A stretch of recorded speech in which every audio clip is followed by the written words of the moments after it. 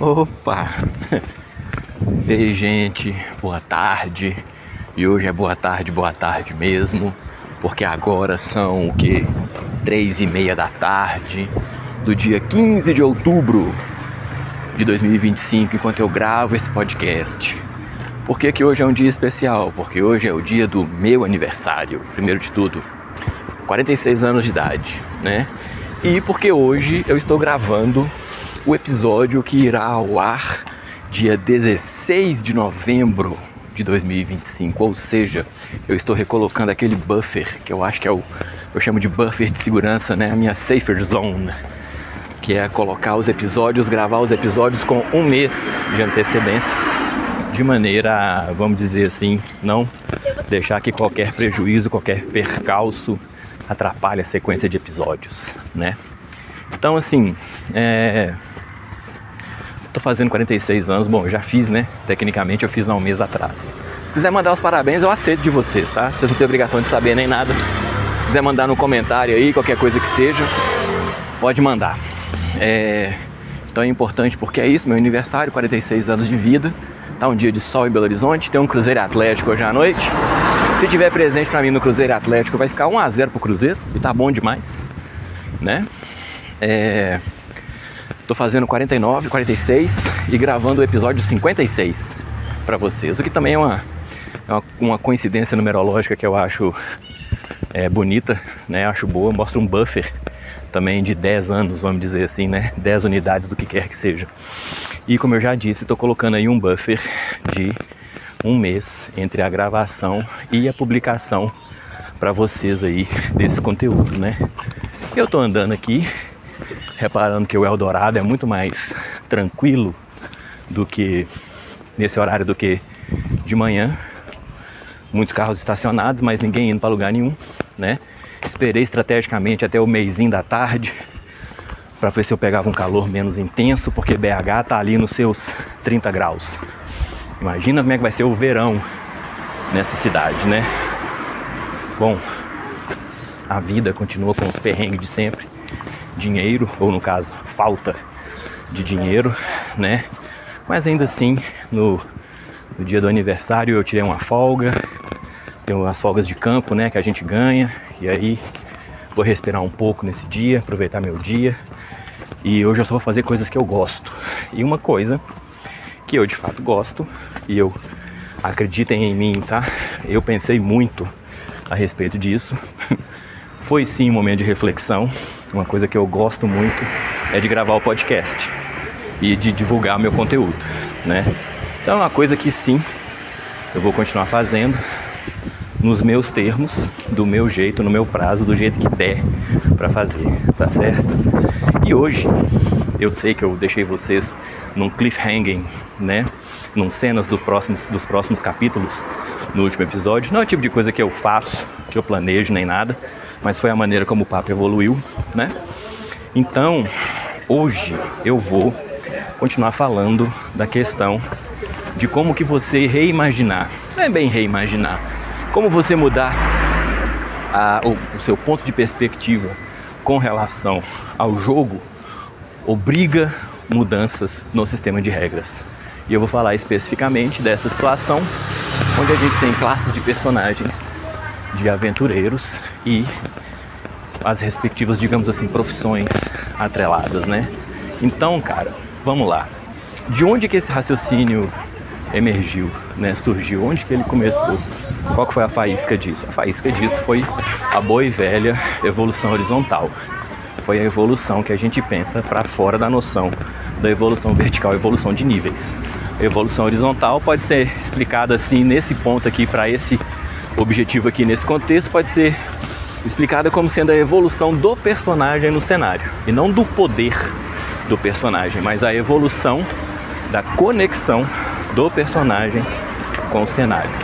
Não tem a ver com magias por dia, não tem a ver com capacidade de movimentação, não tem a ver com ponto de vida, teste de resistência, não tem a ver com nada disso. Tem a ver, nominalmente, com a maneira como o personagem interage com tudo aquilo que não é necessariamente um adversário, um inimigo, né, um oponente, uma dificuldade. Com tudo aquilo que existe para dar colorido, contexto, credibilidade ao mundo de campanha, né? Ao cenário de jogo. Bom, nisso aí a gente tem vários pontos que a gente pode aderir, várias facetas, várias questões, né? Que são muito pertinentes ao RPG e que servem, no meu modo de ver, para afastar o RPG dos jogos eletrônicos, dos jogos de videogame, né? Por exemplo, quando a gente pensa o Diablo, né? Diablo 1, né? E na época era só Diablo, mas depois que lançou o 2 e o 3, eu acho que é obrigatório chamar o primeiro de 1, né? Então, o primeiro Diablo, o que você tem? O jogo começa com um aventureiro, ou 2 ou 3 aventureiros, dependendo de como você jogou, que retornam para a sua cidade natal apenas para ver essa cidade devastada, destruída, queimada, incendiada. E aí eles têm que entrar na igreja, que antigamente era uma igreja, agora é um templo do mal, e eles percorrem, não sei se são 16, 17, 18 níveis de subterrâneos, enfrentando dificuldades para lá embaixo vir a enfrentar o próprio diabão, né? Isso é um ótimo exemplo de evolução vertical. Um exemplo maravilhoso, por sinal. Esse jogo aí foi copiado a vera a tudo, né? O tempo todo. E essa estrutura é uma ótima estrutura de jogo eletrônico, né? Agora vamos pegar umas facetas de RPG disso e combinar com o papo da evolução horizontal. Tá. De onde que esse pessoal voltou de viagem? De onde? Qual que era essa outra cidade? Não é citada.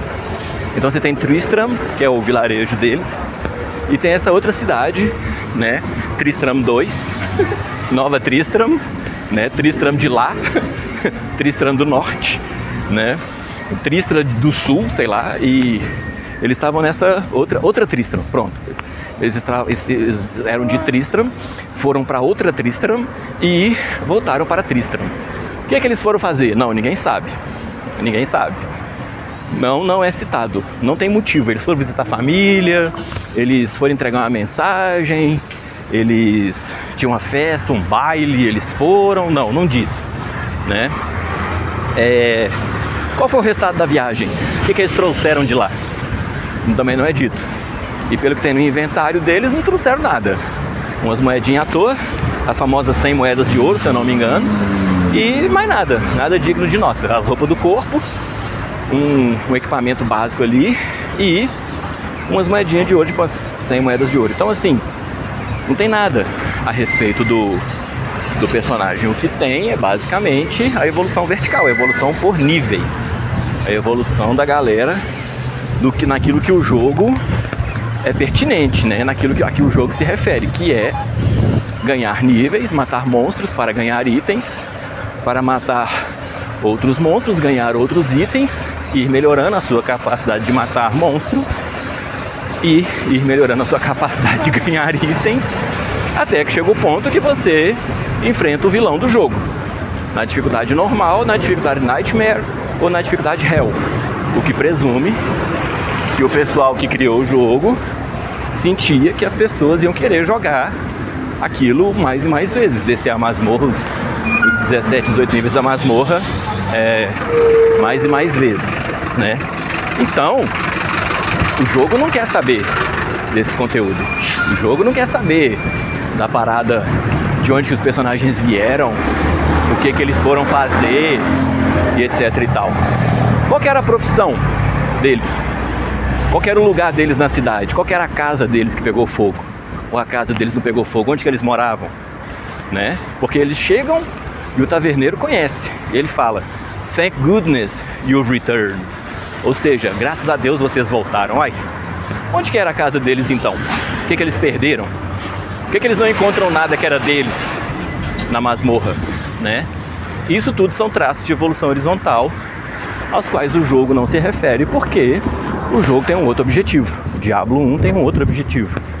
Agora, se a gente for traduzir isso para um jogo de RPG, a gente simplesmente criaria 4 ou 6 personagens, uma masmorra, talvez uma mega dungeon, no que se refere hoje em dia, né? E colocaria os níveis, os monstros, e a gente jogaria o jogo, desceria a masmorra, enfrentaria o diabão, derrotaria, pegaria os itens do ouro e seria o fim, vamos dizer assim. Seria inclusive muito mais um jogo de tabuleiro do que de fato um jogo de RPG, né? Porque você tem a distância, o que? Falta horizontalidade. O jogo do Diablo, o Diablo, Diablo 1, ele é um jogo essencialmente verticalizado. Ele é tipo a epítome de um jogo verticalizado.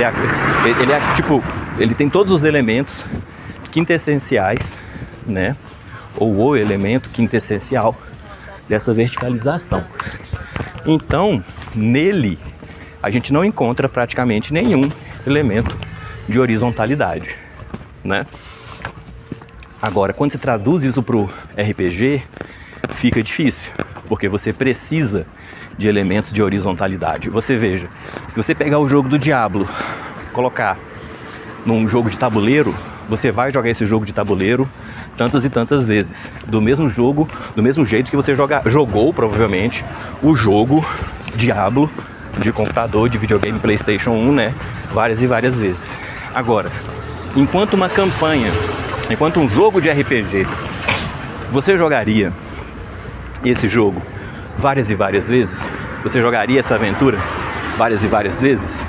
Inclusive com o mesmo personagem? Porque quando a gente joga no aumento da dificuldade do Diablo, o que a gente faz é pegar um personagem já evoluído e jogar o jogo todo de novo, não é? Pois é. Então, se a gente fosse jogar na dificuldade 2 e 3, vamos chamar assim, do RPG, a gente teria de usar o mesmo personagem, né? Teria de ser alguém que já passou pela masmorra e tudo. E aí vem o problema. O seu personagem tem a memória de já ter feito aquilo. Então, o RPG tem essa horizontalidade. O fato do seu personagem ter memória dentro do jogo é um vínculo que ele tem com o cenário, que se você rompe a credibilidade do jogo. Então, você tem o quê? Uma demanda do jogo de RPG por uma condição crível que faça com que você se mantenha engajado no jogo, inclusive se divertindo e tudo. Então, dificilmente você vai querer jogar uma masmorra de novo, até porque se ela for mais ou menos do mesmo jeito, né, vai perder bem a graça para um jogo de RPG.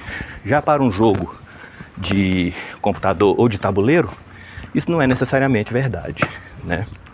Bom, dado esse traço de horizontalidade do RPG, a gente pode então pegar o jogo do Diablo e adaptar para o jogo de RPG. E adaptar nesse sentido, gente, sendo bem honesto, é tipo copiar a estrutura verticalizada que ele tem, que é muito boa, por sinal, e imbuir, preencher os espaços em branco com a horizontalidade. Então você veja, se você criar um histórico para esses personagens, criar uma lore para esse cenário, o que você vai ter? Você vai constituir uma narrativa.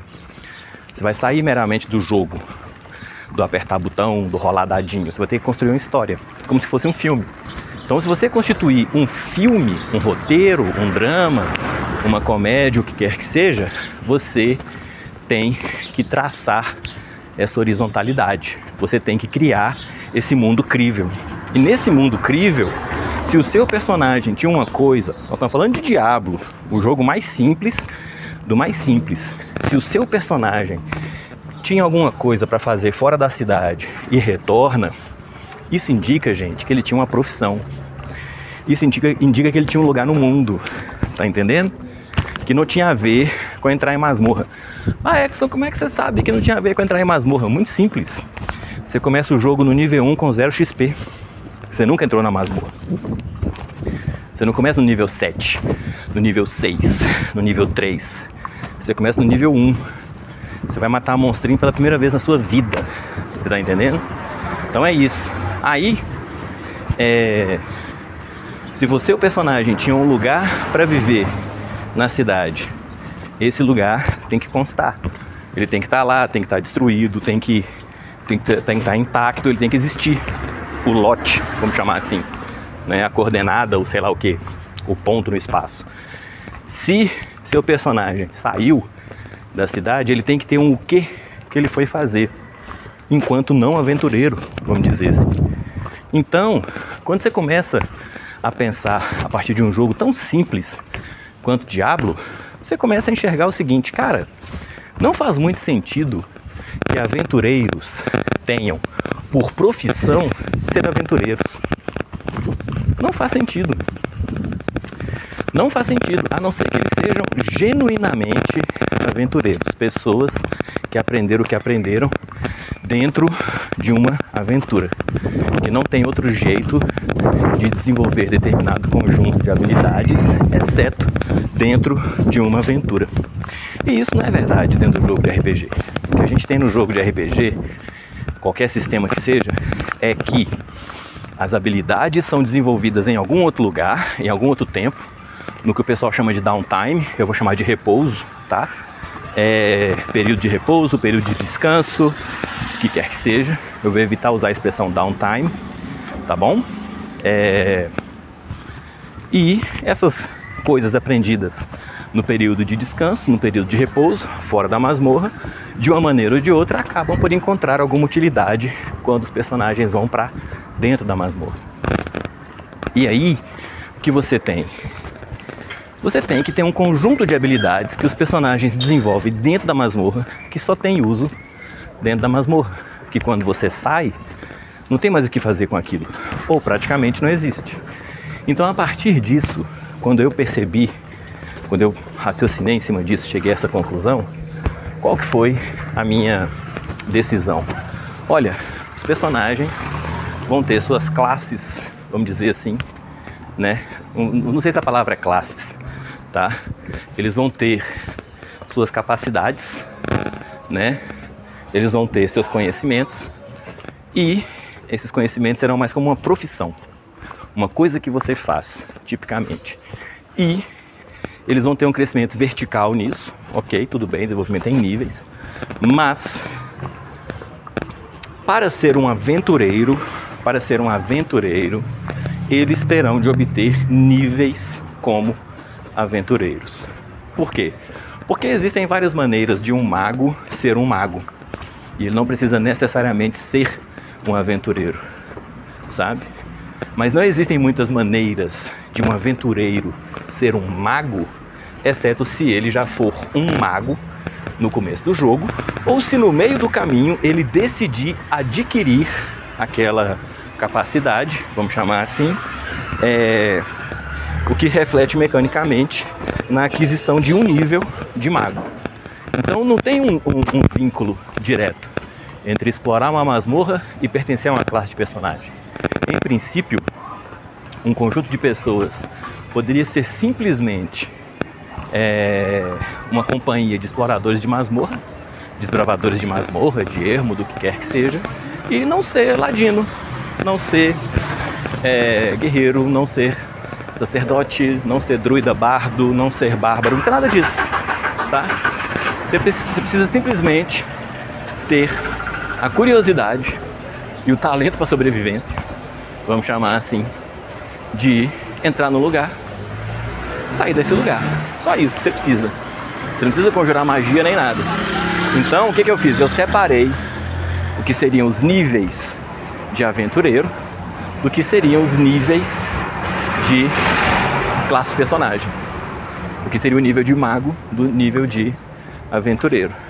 De maneira que um personagem pode ser um mago, ou ele pode ser um aventureiro, ou ele pode ser um mago aventureiro, ou um guerreiro mago aventureiro, né? E aí nisso a gente tem a oposição direta ao aventureiro, que é o personagem que é não aventureiro, digamos assim. Então existe um conjunto de habilidades que tem muito a ver com ser aventureiro e não tem necessariamente a ver com ser mago. Então, o que a gente tem é que existe a classe de aventureiro, que possui um conjunto de habilidades universal a todos os aventureiros, tá? E umas que eu criei para dar um colorido, porque senão não vale a pena. E você tem as outras classes de personagem, com esses tradicionais, vamos chamar assim, com esse conjunto de habilidades que tem a ver com ser um personagem. E aí a gente tem uns problemas, vamos dizer assim. Primeiro de tudo, o que é basicamente a evolução vertical de um e a evolução vertical de outro? A evolução vertical de um mago, por exemplo, é a evolução de conhecimento, poder místico e coisas do tipo, tá?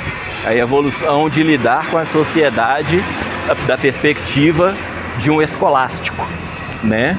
De uma pessoa erudita, de uma pessoa estudada, de uma pessoa nerd, vamos chamar assim, né?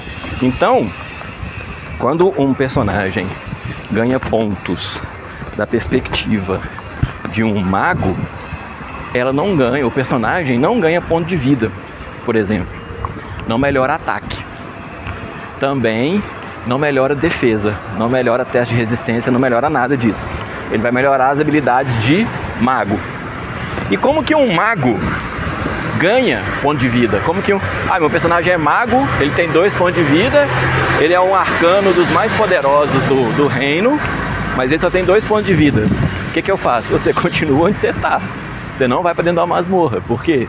Porque a masmorra é o lugar onde você vai ser exposto a perigos que serão mortíferos, sim, para o seu personagem, porque ele não desenvolveu a capacidade.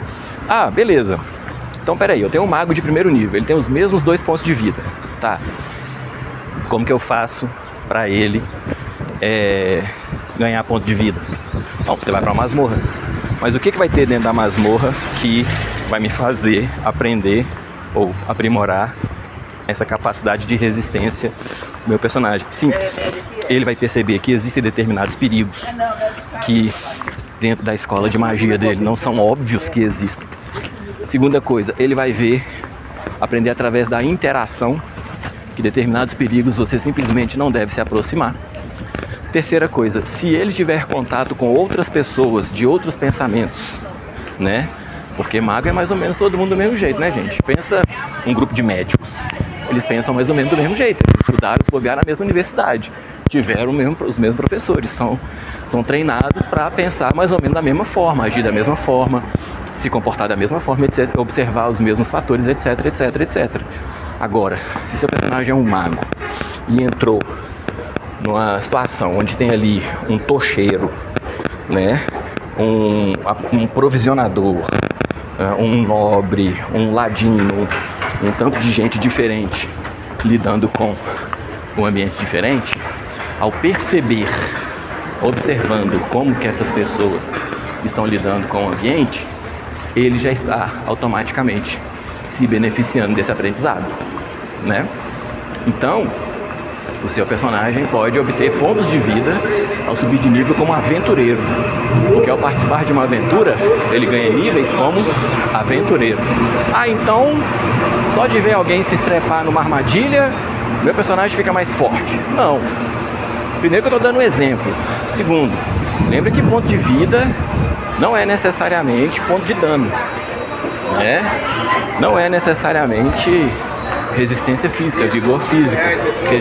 Existe uma variedade, uma gama aí de fatores que compõem os pontos de vida. Esse é um raciocínio já bem antigo já. E um desses fatores é a capacidade de antever perigos e evitá-los.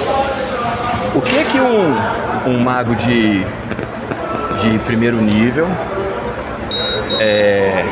tem que o torna tão mais frágil que um aventureiro de primeiro nível? Eu vou dizer, completa ignorância a respeito dos perigos do ambiente que o cercam, que o rodeiam.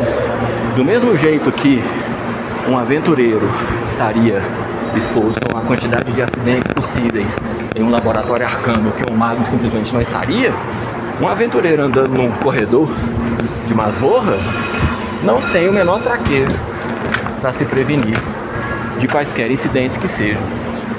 Vocês lembram do Pippin no Senhor dos Anéis? Que está andando lá na mina de Moria e na hora de fazer silêncio ele simplesmente esbarra no esqueleto e empurra o esqueleto dentro de um fosso e faz um barulho homérico Essa é a cena do filme de Senhor dos Anéis, né, gente? E segundo filme, se não me engano. Primeiro filme? Primeiro filme. E esse barulho atrai não só os goblins, mas também o Balrog. Pois é. Dali você vê que o Pippin, apesar de ter muito traquejo para muitas situações, não tinha o mínimo de traquejo necessário para poder percorrer um subterrâneo. Ali ele, vamos dizer, ali ele tomou muito dano ali, ele perdeu muito ponto de vida, né? Então o raciocínio é basicamente esse. Eu vou fazer um outro episódio explicando, porque esse foi bem rápido, eu andei bem rápido e o metrô já chegou. Obrigado, gente. Para quem está ouvindo no dia do lançamento, ótima tarde, ótimo domingo, ótimo começo de semana.